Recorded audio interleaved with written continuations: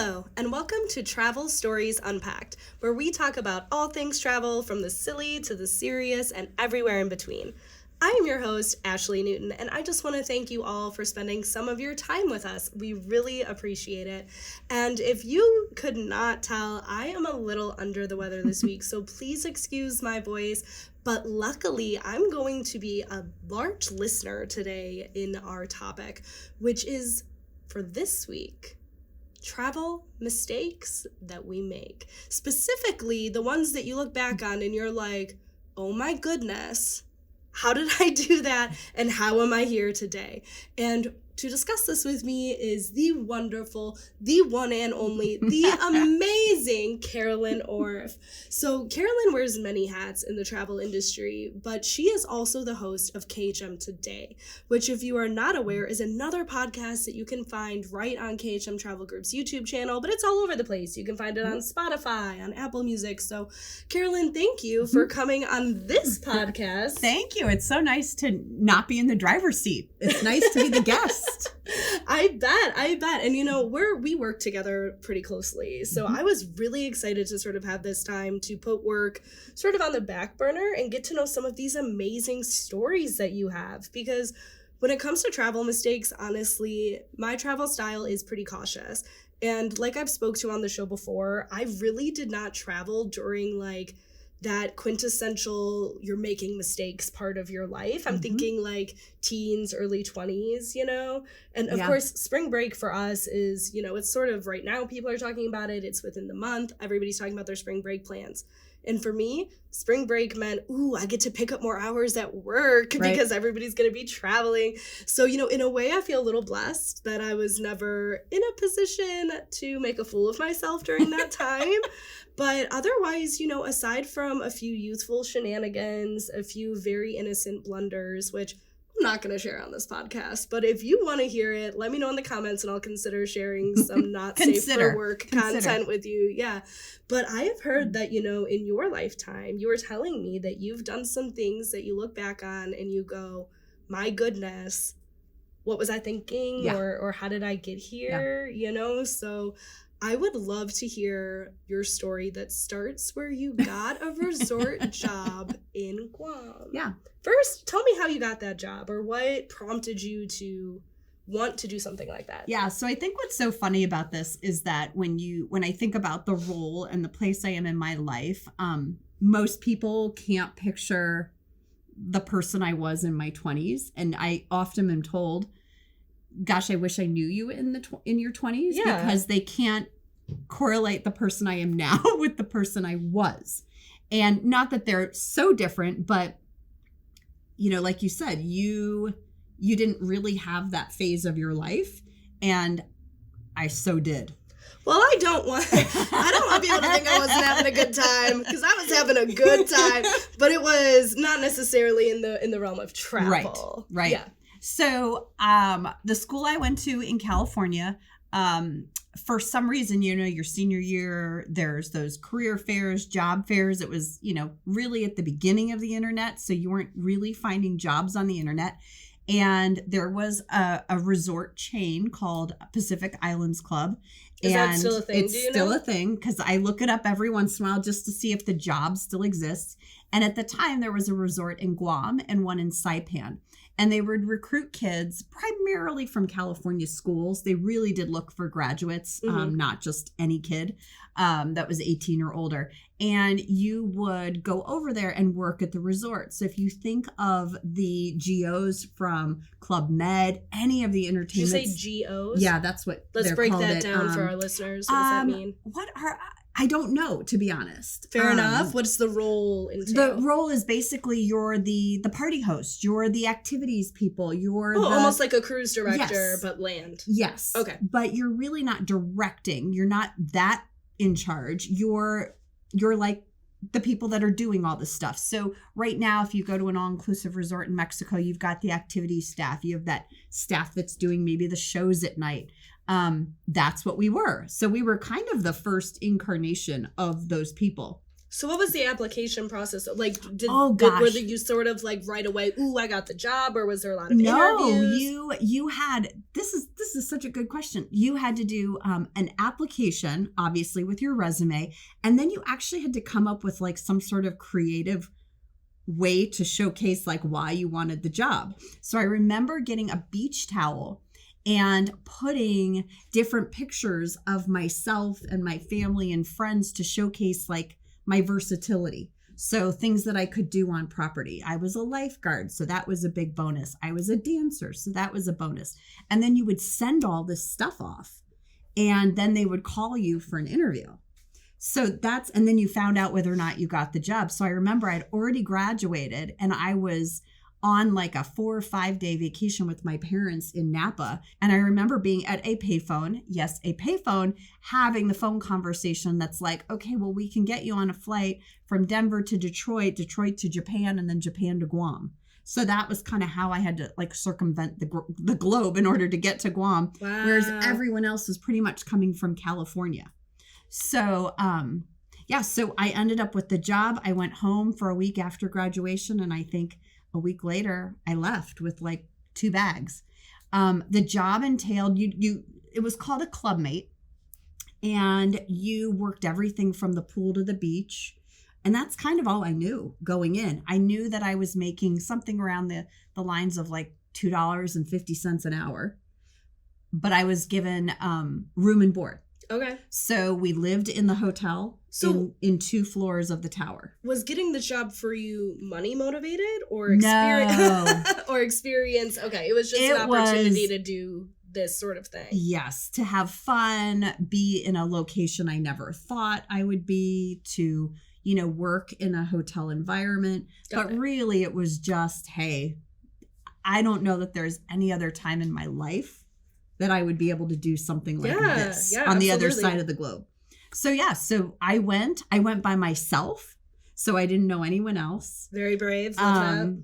And then oddly enough, a friend of mine from college came like maybe 3 weeks later.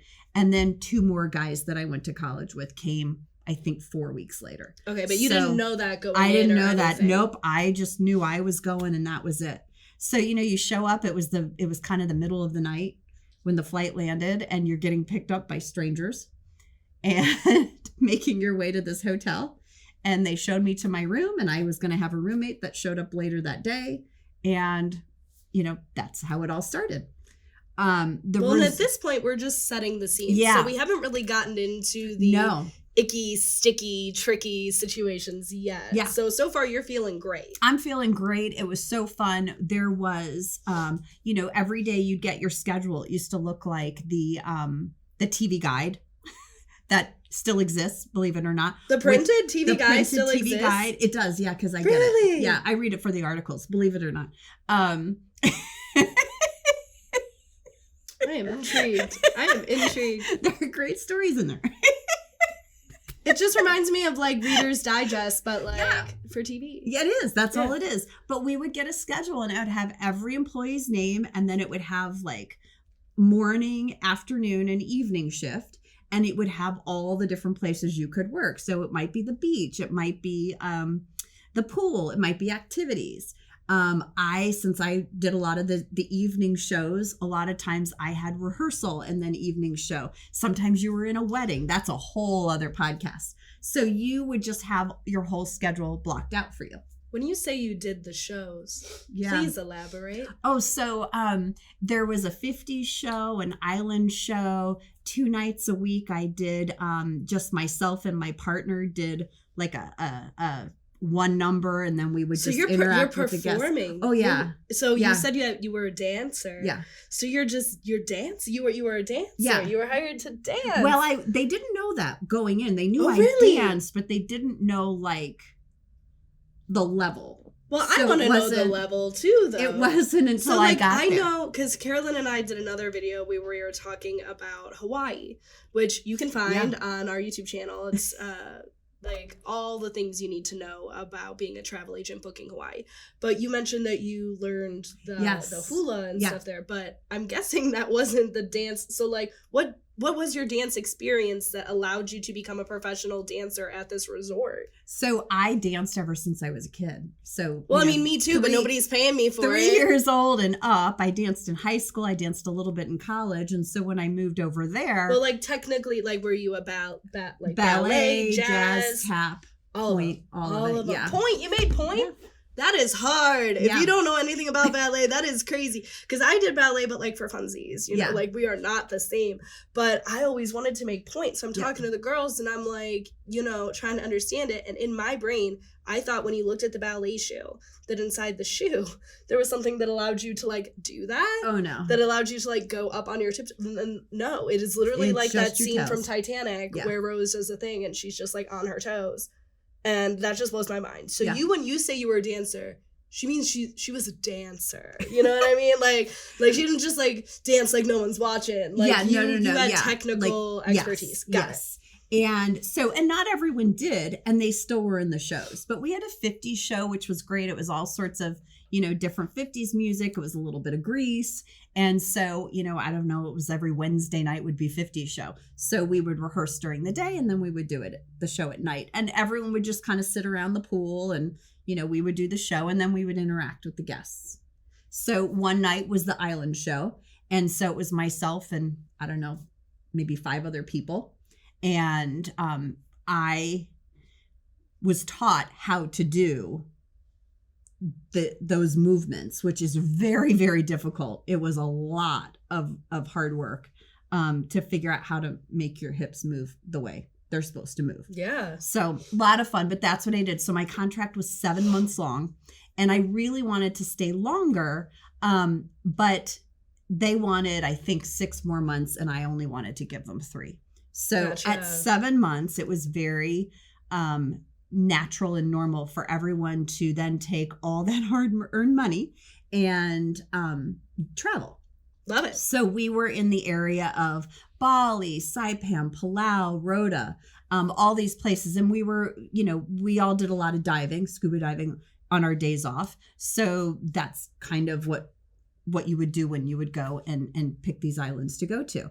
So as we're closing out our contracts, 2 of my friends, my roommate, Heather, my other friend, Tessa, and I can say their names. I'm going to send this to them. And we decided we would go travel. And we kind of had this loose plan. But we went to a travel agent, oddly enough. And, really? Yeah, because that's how you got plane tickets back then. Oh. Yes, I've heard that. I've heard that. So we went to the travel agent and we said what we were going to do. We gave them the dates, right? I want to be here on this date and come home on this date. And there was very little in between. How'd you find the travel agent? It was the same one that everyone used. So all the club mates kind of did this. So we went there, we said what we wanted. And my one friend, her mother ended up coming into town. So she left Guam about a week before Heather and I were planning to leave, and she went to Bali with her mother. Well, it's our time to leave. We're all packed up, ready to go. We have our backpacks, very little stuff. We get to the airport and the lady says, to my friend, you can't travel. Your passport is going to expire within 6 months of your return date of travel. Did you know about that? No. Because I know as a travel agent, you know that very well now. It is ingrained in my brain specifically because of that instance, right? Yeah. And that was way before I ever got into this line of work. So here I am at the airport and I've got to get on this flight without her. She's in tears. And now, not only that, but we've just lived together for the last 7 months. Yeah. And by the time I get back, she's going to be home because she can't hang out in Guam for a month. Yeah. You know, they send her home. So we're saying goodbye in the airport. She's all upset because she was expecting to travel for a month. And I got to get on this plane. So I get on the plane. I show up in Bali. We spend one night at this really nice resort. And my friend's mom leaves. And it goes so far south so quickly. So you were supposed to go with the one friend. Yes. But she wasn't able to go. So now you're meeting the friend that had already left before you. So that part's going well, at least from your perspective. Well, because we're in a 5-star resort. Her mom's getting ready to leave. But we have a big decision to make now because had it been the 3 of us, we would have stayed in Bali and kind of done all of this stuff like we had planned. Okay. But because my one friend had already done a lot of that stuff, she was like, right, because she was there before you. Yeah, maybe we could go do something different. So we decide that we are going to take a train to the coast. And I don't know why we thought this was a good idea, but we just decided, okay, we're going to spend one night here and then we're going to go to the coast. So we take the train. I believe the city was Nusa Dua. And we show up there and we're like... Do you remember how long of a train ride that was? It was just a couple of hours. Okay. Not that bad. But we show up, again, no guidebook. And we're like, okay, throughout this country, you haggle, right? Everything's a haggle. So we show up at this hotel and the guy's like, yeah, you can have a room for, I don't know, $25. And we're like, okay, $25 for the night. When you said hotel with like emphasis, like quotations a little bit, was it more like hostel or more like motel? It was a hotel, but everything was like thatched roofs and not a lot of walls. Okay. Bathroom. So in not the just ground. like the high-rise hotel that we think of. Take that out of your brain. This was very authentic. I love that. And so, but we're dumb kids. We're 22 years old and we're like, $25, we'll pay you 20, right? Like, really? This is what we're going to haggle over? So I think we paid $20. We go into this room or into this, it was more like, almost like a treehouse kind of. But he took your haggle? He took our haggle. I don't know if I could do that. Yeah. Even if like at flea markets where this is the only place I've ever been where I knew for sure haggle was a thing. I'm like, I don't know. It's like you put that price in there for a reason. I'm sure you thought about it. Here, I have my money. Nope. We're like, yep, we're going to do this. So I remember having dinner. We go to the, in the hotel, we go to the door, we unlock it. The main floor was just like dirt and the bathroom, which was essentially a hole in the ground. Now were you expecting this or did you have I had no idea what to expect. No idea what to expect. We walk up the stairs and there are 2 beds and they've got like netting, right? Mosquito netting. So it's a 2-floor single unit though, just for the 2 of you. Yep. So your first floor again, you said was dirt. Like dirt. Yeah. And then a bathroom.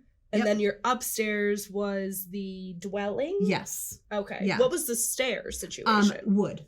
Just wood stair. Okay, wood but stairs. Not like a rung ladder or anything. No. Okay. No, yeah, not like a treehouse. So we get in there and we're in our 2 separate beds. And the lights, it's completely dark and we hear this like scuffling. I don't do rodents, you guys. I do not do rodents of any kind. And we're hearing this climbing and this scuffling. The next thing you know, the 2 of us are in the same bed, clinging to each other out of fear. What is dark in this place under the mosquito netting? I don't know that we slept. I think maybe at one point we heard this and tried to turn a light on and saw something. That part I don't remember. I just remember all of a sudden the 2 of us in a twin bed together and would not separate that night. So I'm thinking about animals scurrying and such. And it was makes like me think it was in the rafters, like because it was a thatched roof, and you could, Well, like in the U.S., like we have to worry about like if you get bit by a bat, you know, there's like you have to worry about rabies and stuff like that. Were there any shots or any immunizations that you needed to travel there? If I needed them, I did not have them. Fair enough. So that wasn't where your brain was at though necessarily. You were just more disturbed by the possibilities of what it could be. Well, the possibilities and is it going to crawl on me and all of that. Yeah. So next morning we wake up exhausted and my friend Tessa is throwing up her guts. Now you have to remember like this is happening all night and she's got to walk down the staircase to this hole in the ground and walk back up to who knows what because we hear the scuffling. So we check out of, the $20 a night place. And our plan was to get on this ferry and go to Java, which is another island. And I don't know why that was our plan, but that was our plan. We couldn't go anywhere because she couldn't keep anything down. So we walk to find a different hotel that perhaps is a little cleaner, has walls, We find one. She spends the next, I would say at least 24 hours. Just. So do you have any idea what made her ill? No idea. Okay. No idea. It was whatever we ate. But you felt fine. I was fine. And so I'm kind of wandering around this town by myself for 24 hours. She's thrown up her guts. And so far. So you're still in the town where you had your first hotel. You haven't left the town. We haven't left you just the town. left the hotel. So this is like, we haven't even moved. And we're already off to a rocky start. So she's finally feeling better. And we're like, okay, we're going to take this ferry over to Java. Well, we go to the ferry terminal and I know we asked, how long is the ferry? And I think we got the answer like maybe 4 hours. Okay, something now like forgive that. me. What is the prominent language in the area where you Indonesia. are right now? Were you speaking? No. Okay. No. So it's not surprising that something may have been lost in Yes, translation yes. or okay. So we think it's just a few hours. We get on this boat and it was not quite 24 hours, but it was probably more like 10 to 12 hours. And we are stuck on this boat. We left during daylight and we did not get off this boat until the middle of the night. Goodness. Okay. We're on this boat. It is rocky as all get out. We're trying not to be sick. Well, when I think about ferries, it's usually like you just kind of sit there. Yeah. You know, so like bathrooms, of course. Yep. But like, had you eaten anything? I think we probably ate that morning, but we weren't anticipating this length being of at a ferry sea for so long. Yeah. And I don't remember there being any food on board. It was long seats that were hard. Like the bench style. Yes, the bench style. Okay. We were trying to sleep on our backpacks. There were people milling around. There were cars on board. And it's just, you think a ferry's just kind of trudging along, right? And this was like rocking and everything. Yeah. So we're trying not to be sick. Tessa's already been violently ill for, a day and a half. We're on this thing and it starts to sound like we're hitting land. I don't know how we got started talking to this family. On the ferry still? On the ferry. Well, and before you tell me about that, did Tess get sick on the ferry? No. Amazing. No. Girl, if you are listening to this, everything was fine with her stomach there, but the two of us were still kind of green, right? Because it was not good. Yeah. So then you meet the family. So we meet this family.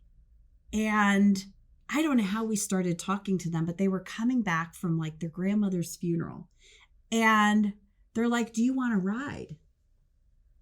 And we're like, sure, that sounds good. Like a ride where? And so you didn't know where you were going when you got off the ferry? We had no idea. So y'all just got in this ferry yes. and you're like, we're going to go to this island and we're just going to wing it when we get there? How dumb is this, right? No guidebook. I know we showed up in the middle of the night. And then, so we decided to take a ride with these strangers. Now it's a minivan. And describe the strangers for a second. I couldn't tell you with this. Well, I can tell you. You said it was a family. It was a family, but it was at least 2 men, grandma, mom, and then like at least 2 other kids because it was a minivan. So it was 2, and 4 of us in the back seat. Okay, well, I feel like the family almost makes you put your guard down though. Like you're like, this is safe, which I'm not saying it is. Yeah. I'm not saying it is. But I can see how you're like, well, this whole family is just the coming nicest back from people a funeral, we've ever met. What could go wrong? So we get in this car, and I think at that point, maybe we had been saying we don't know where to go. And they were like, oh, you should go to Yogyakarta. And we're like, okay, that's where we'll go. So we get in their car, drive off the ferry, and again, lost in translation. We think it's just a couple of hours. We are in the car until daylight. Oh my gosh. So do you even have any sense of time at this point? No sense of time, no sense of direction. We are starving. We didn't want to get out of the car because we were afraid of being like left, like to go to the bathroom. So we now have not done anything for hours. Oh my goodness. And the next thing you know, we're pulling up in front of this hotel. And I remember looking at my friend going, what were we thinking? Like, we just got in a car with strangers and drove hours. Who knows where they could have been taking us? Right. So we still are in this town. We have no guidebook.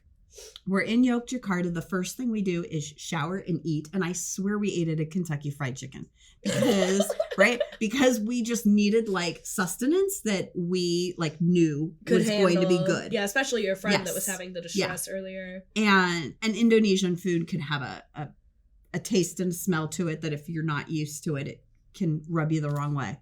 So we're in Yogyakarta. We do some of the touristy things. And then we decide, again, let's get on a train. Wait, okay. So is this all the same day? Because you said by the time you arrived, it was day. Yeah, it was day. So we hung out at the hotel. And then I think we probably stayed maybe 2 days there. So how did this hotel compare to... Oh, this was safe. This was safe. Okay. It was enclosed walls. There were no walls. Potential critters. There were no potential critters. But funny enough, we didn't sleep apart for the rest of the trip. Everywhere we went, we slept in the same bed with mosquito nets. Yeah. So every time we'd show up someplace, they would say, oh, is one bed okay? And be like, yep, we're used to it. Yeah. Like, we don't sleep apart anymore because we're afraid. We are in this together. We're in this together. Thunder buddies for life. So we get on the train. Again, I just don't think, did we not understand the concept of time? Who knows? But anytime we got on a train, we kept showing up in the middle of the night somewhere. Yeah. So we take the train from Yogyakarta into Jakarta, which is a big metropolitan city. We got in the middle of the night, and again, you're walking through that train station and you're just not feeling super safe. We, at this point, now have a guidebook. And so I've read, here's where the youth hostels are. This is where you should go. And so we get in a taxi. Where did you get the guidebook? We must have gotten in Yogyakarta. Okay. Yeah, because I feel like it was not a Rick Steves, but a Fodor's or something like that. So at this point, you're like, you know what would help? Information. Like, I feel like maybe we should know a little something about where we are instead of asking random people. Right. Where are we, whether or not it's safe. So we end up in Jakarta, middle of the night, get in a taxi, and he starts driving us to what is considered the youth hostel area. And we're driving down the road, and I see like a drug deal going down on the side of the road, almost right in front of the youth hostel. And I yelled at the guy, I'm like, take us to the closest Marriott, Hilton, or Hyatt. And Tessa looks at me and she goes, Carolyn, we can't afford that. And I'm like, but my parents can. And I call my parents from the Marriott in Jakarta, and I said, you're going to see a charge to your credit card. I'm sorry, but we need to regroup. Yeah. Yeah. So we stayed there at least 2 days, maybe 3. We did laundry. We ate at the Hard Rock because they had a Hard Rock. We did tour around. It's a very busy city, not scary though, but very busy city. Ate at the Hard Rock like every meal because we were just done with the Indonesian food at that point, and we regrouped. And at that point we were like, all right, we just got to head back to Bali. Like, this is silly. We've been gone for a week and we have accomplished like nothing. It sounds like it was a lot of traveling. It was like a lot of traveling, transporting. Didn't make any sense whatsoever. Yeah. And to be honest, like, for the life of me, I can't figure out how we got back to Bali. Like, did we take another ferry? I probably should ask this question to my friend if she remembers. Yeah, let us know. How did we get back? Let us know like, did how we got back plane? To Bali. It's possible that we were like, we're done with the transportation system. We're getting on a plane. But I think actually my big takeaway is when I think about that, the stupidity behind those decisions and the fact that we thought it was adventurous and all that could go wrong but didn't go wrong. And now I have a kid that's almost the age of some of these things happening. And I'm thinking, what am I going to tell her when she says, Mom, I want to go to Europe. I want to go somewhere and travel or backpack. And I'm going to be like, no. Just when I think about just everything that could have gone wrong, I truly think, how in the world did we survive that? Well, and when did that clarity sort of sink in? I think years later, after Liam Neeson's Taken came out. Don't laugh, Annie. Annie's in the background here laughing. It truly is. Because when you think about that movie, you think of how easy Yeah. This could have been. And at the time, Amy, stop laughing. At the time, I think I just thought that this was like, well, of course this is happening. Of course this is what we would do. Yeah. And so after that then, after this experience, before the years of clarity, did you sort of repeat some of these things? Like No. still sort of living on the edge? Because even after that week, when I think about how we traveled Bali and then Palau, no. I don't know, it's like we got smarter. We were stupid for a week. And then we were like, oh, no, we should do this. We should follow a plan.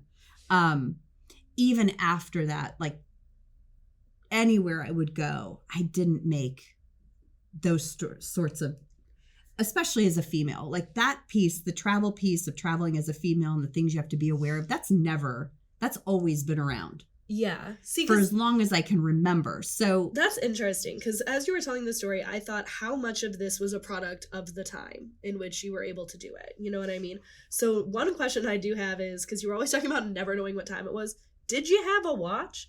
Because we all have our phones now, so like, you know what I mean? But like, I honestly don't know that I did. That was something that crossed my mind. Is like, you might have genuinely never known the time, or had a concept of what time it was. I mean, I feel like when I look back on it, we were always like jumping on trains and, oh, we'll just get on here, and you're like, where is the plan of attack here? Well, and even being able to sort of go with the flow, I think now we can all do that with a certain degree of confidence, because I'll go right on my phone right now. What Airbnb is closed? Right. What reviews does this place have? What time does the train stop? Like, you can find all of that within a moment. Same thing with time zone changes, because I thought about that as we were talking too, being so bad at geography. I'm like, well, that might not have helped if all of a sudden now you're in this or that. Yes. So like, I think a certain amount of it probably was the environment and the time in which you were able to do it, especially without the risk of social media documenting your every move. Right. I actually think it'd be more dangerous to do something like that now. Right. And be tagging yourself like, oh, we're here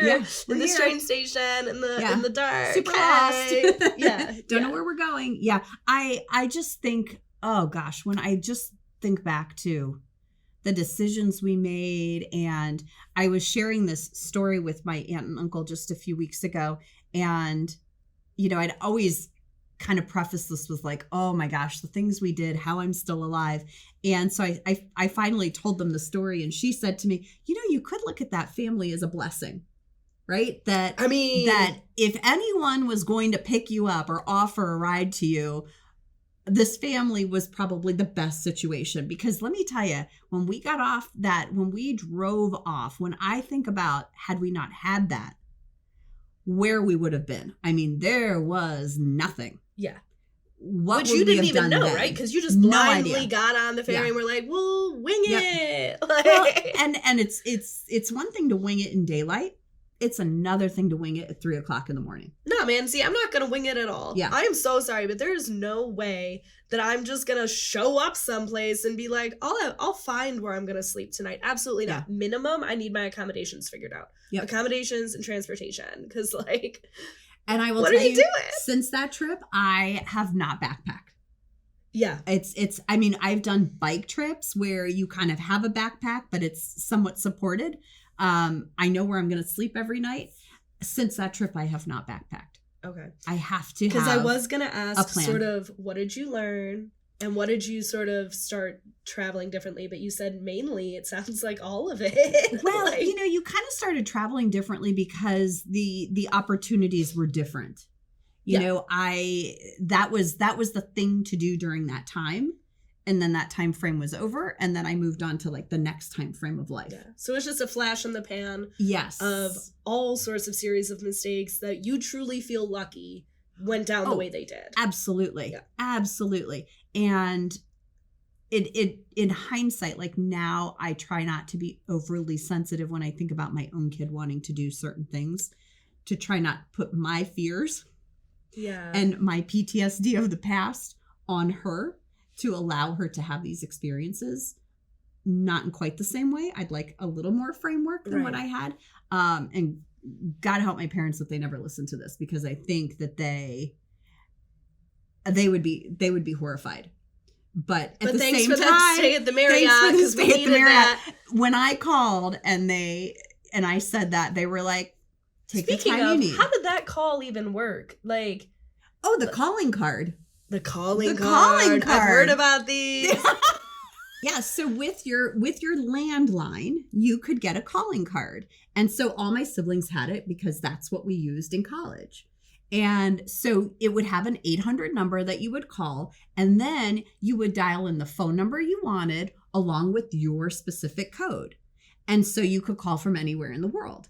And so that's how I made the call to my parents. And with the time change and everything, you know, I just said, hey, we need to regroup, and you're going to see a charge from, I think it was the Hilton or the Marriott in Jakarta. So whether you're talking to your daughter or to any young or new traveler, what is one piece of advice out of this debacle that you would be like, please just know your surroundings? Know your surroundings. Know the people that you're around, and just be aware of your surroundings. You know, we're in a day and age where things happen just in our local bars. Yeah, for you sure. You don't even have to be traveling. You just have to be aware. And we were so not aware. We kind of had our heads in the clouds. Yeah. And, you know, we weren't, you know, doing things like, we weren't over drinking in places and things like that and finding ourselves in situations like that. It was more just general stupidity around. And I'm totally comfortable owning that. We were just stupid about the way we should go about things. Yeah. And I don't think we were thinking about anything other than having an adventure. Youthful arrogance is what I call it. Yeah, we could have had the adventure without doing this stuff. Yeah. You know, because by the second week, we were smarter and we still had a great adventure. We didn't need to have that adventure. Well, and it honestly just kind of sounds even like time wasted. You know what I mean? Yes, it's like you learn these things and then you just have a better travel experience next time. Yeah. Yeah. Yeah. So, you know, it's one of those things when I think back, it just, it almost gives me the shivers. Yeah. Because I think, oh gosh, that could have just gone so wrong. Right.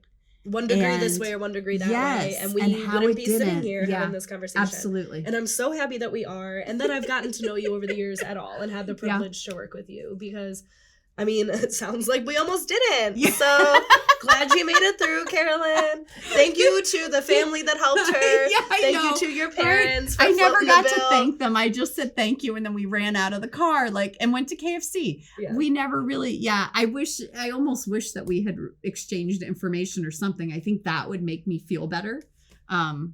Throughout all of this. But I'm a product of stranger danger, so that whole thing was triggering for me. I was just like, no, don't do that. Yeah, I probably won't sleep tonight. Just reliving it. Double lock your hotel door.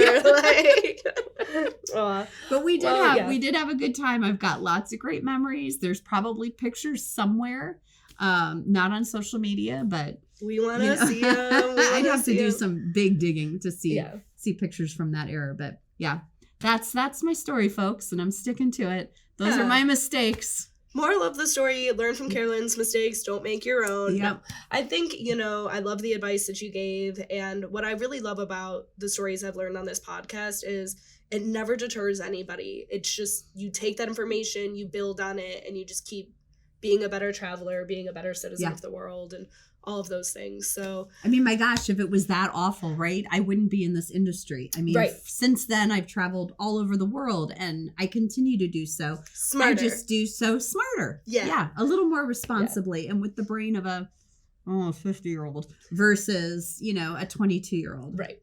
Absolutely. So if you're listening to this and you can relate to Carolyn's story, let her know. Let her know she's not alone in this, because I was zero help on that front, I think. No juicy stories for me this week. But we'd love to hear your stories, how you've learned from them, and any advice that you've picked up over the years. So please do that in the comments or anywhere on social media using our hashtag #TravelStoriesUnpacked. And we're going to keep bringing you new stories, guests, and fun topics to unpack every single week. So be sure to keep coming back on Fridays or whenever you find time for us in your schedule, because, hey, we're flexible. And don't forget that this podcast is brought to you by KHM Travel Group, which is a leading host agency for independent travel agents. And you can learn more at khmtravel.com.